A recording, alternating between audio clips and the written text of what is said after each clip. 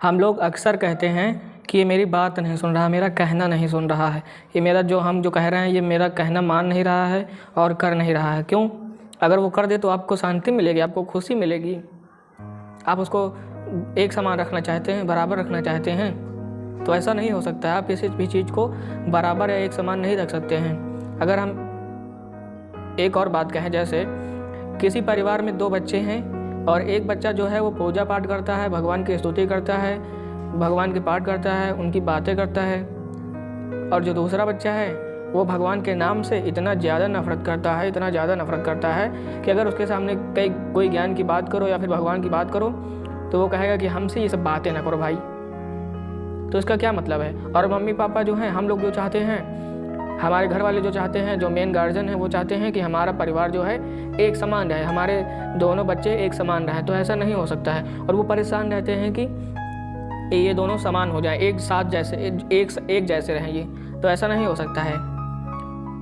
अगर हम कहें कि जिस पृथ्वी पे हम लोग रह रहे हैं ये पृथ्वी भी स्थिर नहीं है, ये भी गोल गोल है, ये नियम है। तो नियम तो कभी सत्य से मतलब अपना जो है मुँह मोड़ता नहीं है।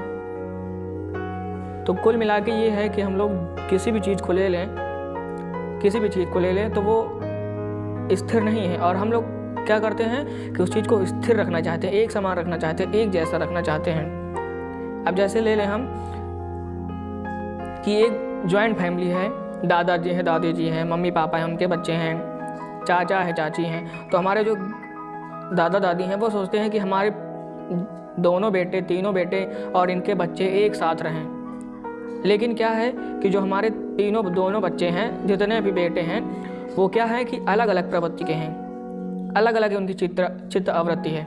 वो क्या करते हैं, उनका क्या है कि वो जो पिछले जन्म में जैसा जिसका कर्म रहा होगा, अगर अच्छा कर्म किया होगा तो वो अच्छा होगा, तो आप उसको ज़्यादा अच्छा कहेंगे, उसको अच्छा ज़्यादा मानेंगे। और अगर कोई दुराचार निशाचर प्रवृत्ति का है, बुरे कर्म करने वाला, वो तुम्हारे घर में अगर जन्म ले लिया है तो वो क्या करेगा, वो आपका कहना नहीं मानेगा। तो आप तो चाहते हैं कि हमारे सभी बेटियाँ, सारे बच्चे एक समान रहें, लड़ाई ना करें, सब मिलजुल के रहें। क्यों? क्योंकि अगर ये सब ऐसे रहेंगे तो हमें शांति मिलेगी, हम लोग हैप्पी होंगे, खुश होंगे। तो ऐसा थोड़ी ना हो सकता है, ऐसा हो ही नहीं सकता। ये नियम है कि कोई भी चीज़ एक समान नहीं रह सकती, बराबर नहीं रह सकती है। और हम लोग क्या करते हैं, जब से समझदार होते हैं मरते दम तक यही करते हैं कि भाई ये समान बराबर हो जाए, ये चीज़ बराबर हो जाए, हमारे बच्चे जो हैं एक समान रहे, साथ में रहें, एक साथ रहें, अलग अलग ना हो घर से, एक ही घर में रहें। लेकिन नहीं हो सकता है, क्योंकि आपके दोनों बच्चे, तीनों बच्चे, जितने भी बच्चे हैं, सबकी आवृत्ति अलग अलग है। किसी की ज़्यादा समझने की शक्ति है, कोई ज़्यादा समझ लेता है, कोई कम समझता है, क्योंकि उसकी समझने की शक्ति कम है, ज़्यादा समझदार नहीं है वो, तो वो एक साथ रह ही नहीं सकता है। और आप समझदार बनिए कि किसी भी चीज़ को हम लोग एक समान नहीं कर सकते हैं। क्यों नहीं समान कर सकते? क्योंकि ये नियम है, ब्रह्मांड का नियम है, ये परिवर्तित है पूरी। क्या जो आप देख रहे हैं अपना घर, क्या 10 साल बाद ऐसा रहेगा? क्या आप अपनी बॉडी देख रहे हैं 10 साल बाद ऐसी रहेगी? तो आप परेशान रहेंगे, एक्सरसाइज करेंगे कस के, एक समान रखने के लिए। बॉडी एक्सरसाइज इसीलिए करते हैं कि अपने बॉडी को एक समान रखें, परेशान रहेंगे, उसको कस के मेहनत करेंगे, लेकिन वो एक समान नहीं रह पाएगी, क्योंकि ये नियम है। आप अपने घर को प्लास्टर करवाएंगे, रंगाई पुताई करवाएंगे उसको एक समान रखने के लिए, लेकिन क्या है, 1 साल बाद फिर वो ऐसा हो जाएगा। तो आप चाहते क्या हैं? किसी भी चीज़ को एक जैसा बनाए रखने के लिए, जो कि एक समान कभी नहीं रह सकता है। अब माता पिता क्या चाहते हैं, या घर वाले गार्जियन क्या चाहते हैं कि हमारे सारे बच्चे एक साथ रहें। नहीं हो सकता है ऐसा। आप इसको कहीं भी अप्लाई कर सकते हैं। अब जैसे कोई बच्चा पढ़ाई करता है तो उसे क्या दिया जाता है, 4-5 सब्जेक्ट दे दिए जाते हैं ना, 4-5 सब्जेक्ट दे दिए जाते हैं कि तुम इसको पढ़ो। अब कोई भी बच्चा एक सब्जेक्ट पढ़ नहीं पाएगा, एक सब्जेक्ट की मैं बात कर रहा हूँ, एक सब्जेक्ट की अगर वो पूरा ज्ञान प्राप्त कर ले तो मैं जो कहोगे आप, मैं वो हार जाऊँगा। एक सब्जेक्ट वो पूरा ज्ञान नहीं प्राप्त कर सकता है मरते दम तक, मर जाएगा तब भी नहीं प्राप्त कर पाएगा वो पूरा ज्ञान। उसको तुम 5 सब्जेक्ट दे रहे हो उसको।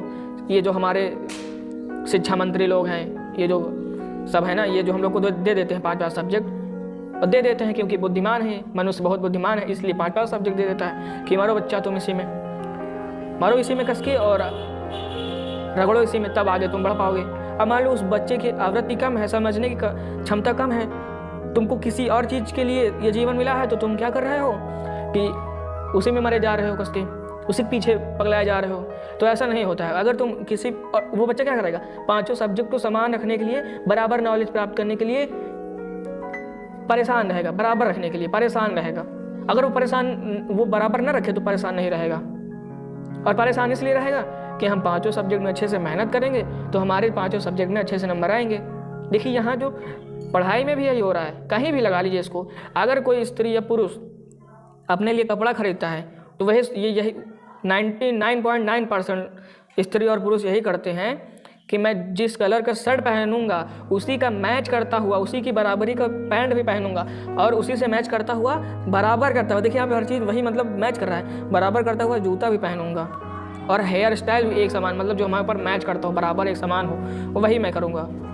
तो यहाँ पर क्या है कि किसी भी चीज़ को ले लीजिए, मनुष्य क्या करता है, आदमी क्या करता है कि उसको बराबर रखने के लिए परेशान रहता है, जो कि कभी बराबर नहीं रह सकती है।